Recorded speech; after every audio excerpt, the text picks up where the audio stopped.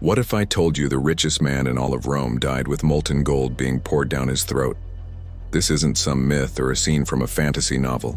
This is the true story of Marcus Licinius Crassus, a man who, at his peak, owned nearly half of Rome. A man who ingeniously turned raging fires into personal fortune and profited from the death and desperation of his fellow citizens. But his insatiable hunger for more, for something beyond wealth, led him to one of the most brutal and deeply ironic deaths in the annals of history. Today you will witness how unchecked greed doesn't just destroy lives, it can literally burn them from the inside out. Stay with me, because the fatal flaw that brought Crassus to his knees might just be a warning for our own time. The year is 53 BC. We're in Rome, the magnificent heart of the greatest empire the world had ever seen.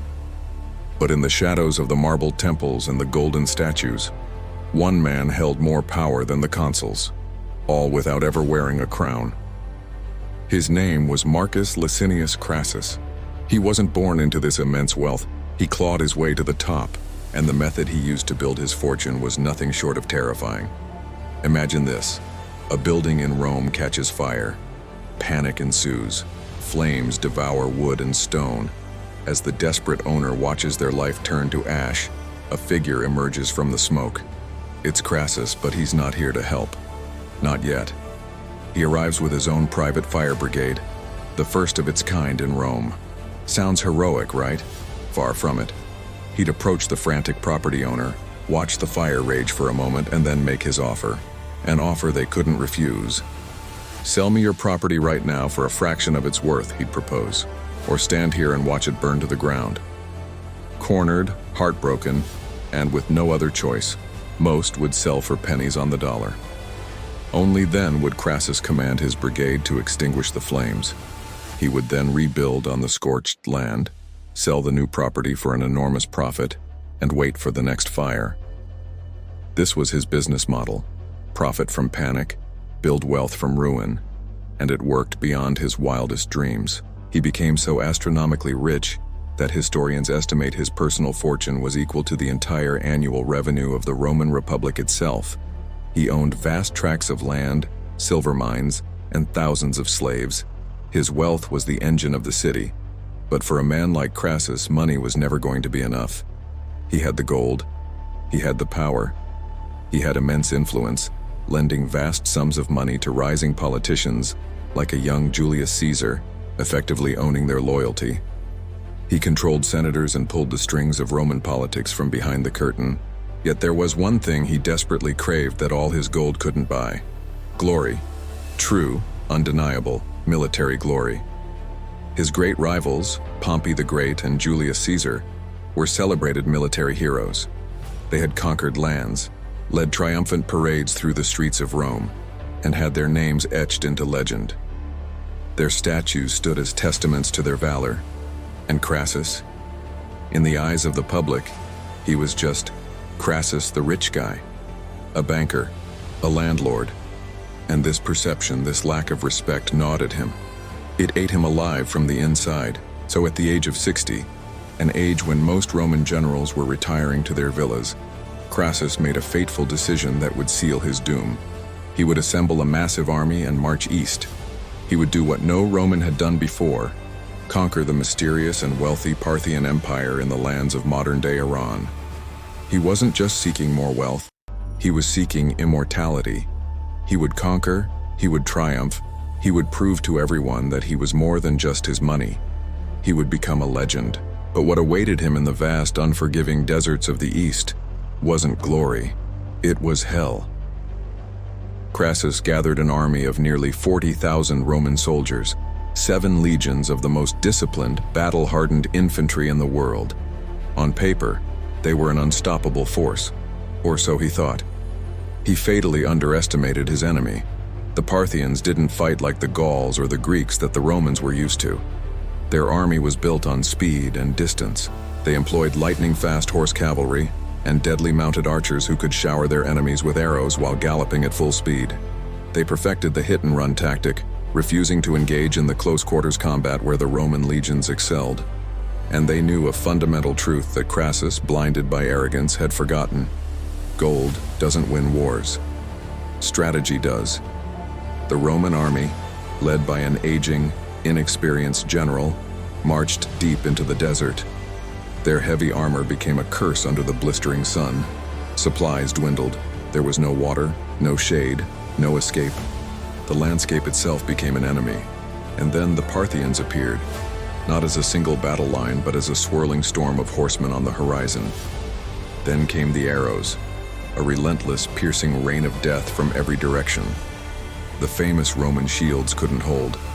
Soldiers fell by the thousands. Order collapsed into chaos. Panic, the very emotion Crassus had once exploited for profit, now consumed his own army.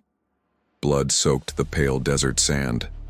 Crassus, completely outmaneuvered, tried to order a retreat, but it was far too late. The trap had been sprung. In a single catastrophic engagement, the Battle of Carrhae, Rome suffered one of its most devastating defeats. 20,000 Roman soldiers were killed. Another 10,000 were captured and enslaved. And Crassus himself? He was surrounded, humiliated. A broken man watching his quest for glory crumble into a bloody nightmare. The Parthians could have killed him on the battlefield. But that wasn't enough. They didn't just want him dead. They wanted to send a message. A powerful, terrifying message back to Rome. A message to anyone who believed that wealth could conquer the world, that gold was the ultimate power. They captured Crassus alive. The man who once owned everything, now owned nothing. Not his freedom, not his dignity, not even his own life. The Parthian king, it is said, looked upon the captured Roman. He saw the man who lived for gold, the man who breathed for wealth, the man who had sacrificed honor, loyalty, and thousands of lives, all for the sake of having more. And according to the historian Cassius Dio, the Parthians decided to deliver the ultimate poetic justice. "You thirsted for gold," they taunted him, "so now drink your fill." They took the precious metal, the substance he had worshipped his entire life, and heated it in a crucible until it melted into a shimmering, liquid sun, until it boiled with an otherworldly heat. Then, they grabbed the once mighty Crassus. They forced his mouth open, and they poured the molten gold down his throat. The richest man in Rome choked to death on the very thing that had defined his existence. Imagine that final, horrific moment. The searing, unimaginable pain as the liquid fire cauterized his throat and filled his lungs. The agony of suffocation. But beyond the physical torment, imagine the psychological horror. The final, damning realization in his mind. All the schemes, all the properties bought from burning ruins, all the political maneuvering, all the power, all the gold. What was it all for? To die like this? Alone, disgraced, in a foreign desert, his body desecrated to serve as a gruesome symbol. A warning to others against the very ambition that drove him. Crassus did become a legend, but not the kind he ever wanted. He didn't become a celebrated conqueror. He became a lesson. A cautionary tale whispered through the ages. The story of the man who had everything and, in his quest for more, lost it all. His story proves a timeless truth. Greed doesn't build empires. It buries them. So here's the uncomfortable truth for all of us. Money itself isn't evil. Ambition in itself isn't a bad thing. But when you lose yourself in the relentless chase, when your desire for more eclipses your humanity, when nothing is ever enough, you risk becoming Crassus. And when your story is finally told, the world won't remember your wealth. It will only remember your fall. So take a moment and ask yourself, what are you chasing? And more importantly, what are you willing to lose to get it? If this story made you think, hit that like button and subscribe for more untold stories where money, power, and history collide in the most dramatic ways. I want to hear your thoughts in the comments. What do you believe truly killed Crassus in the end? Was it greed, or was it his fragile ego? Let's talk about it. Thanks for watching, and be ready, because the next story we uncover is even darker. You won't want to miss it.